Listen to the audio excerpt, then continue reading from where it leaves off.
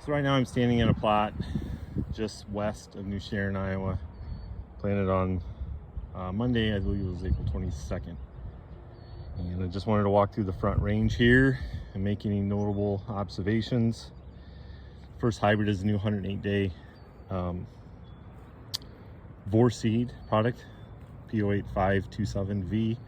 Looks really good and uniform. Really impressed with how this one looks out of the ground. Looks nice.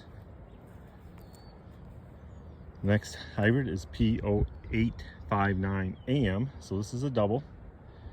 This one looks good as well. Maybe not quite as uniform, but overall very acceptable. Made a full stand. Maybe just a little bit slower out of the ground. Next hybrid is P09312 Vorseed. So this is a new 109-day triple 109-day Vorseed. And this one here again, emergence here is really good across all hybrids. This one's pretty solid too. Maybe a gap here or there, but overall pretty darn good. Not a lot to learn here. P10625 Vorseed. This one again looks pretty solid. Nothing noteworthy here on this product. Next one is P1027AM. This one is the yield champ here for eastern Iowa. Really solid yielder. Again, pretty solid emergence, good stand. Looks real good early.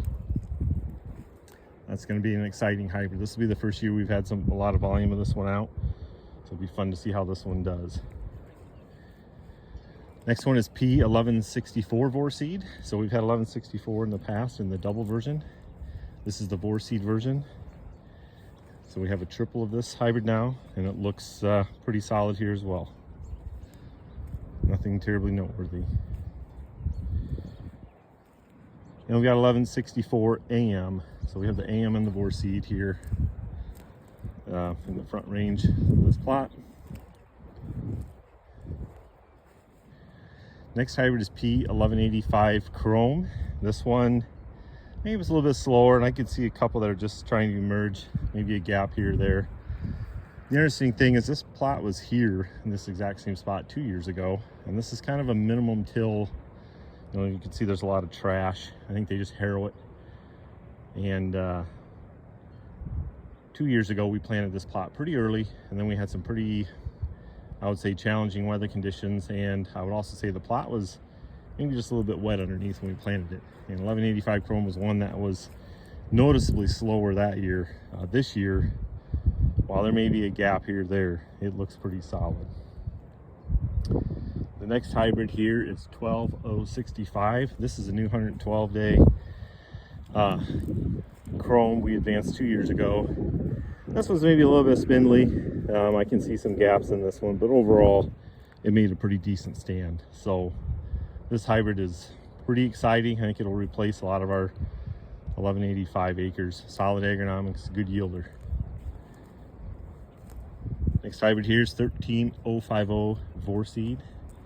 So this is a 113-day triple.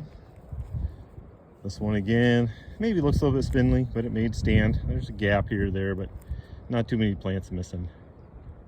So nice new product that's bringing more yield than 1185 and similar moisture with similar agronomics. So nice product there. 13777 Vorseed is the next product. This one looks like it made good stand here as well. Looks pretty solid. So again, not a lot of differentiation in this plot. Everything grew pretty well. The last hybrid here is 14830 Chrome. This one is 114-day. And the funny thing about this one is you gotta look pretty close because it's kind of hard to see the plants because they're fairly purple. And purple is just something that some hybrids do. They just kind of turn a little bit purple in their seedling stage. It's not too big of a deal. Some people get concerned about it, but I always like to say that's a yield gene. And this is one of our higher yielding products that we have in our lineup. And when you walk down in between two rows, you can really see how the plants are kind of tougher to see. And then when you get up to a plot like this where the plants don't quite have that purple, you can obviously see them a lot better. So it's kind of interesting how sometimes that purple hue to the plant makes it look like maybe the stand's not as good or something's going on here, but really it's nothing to worry about. It's just kind of a genetic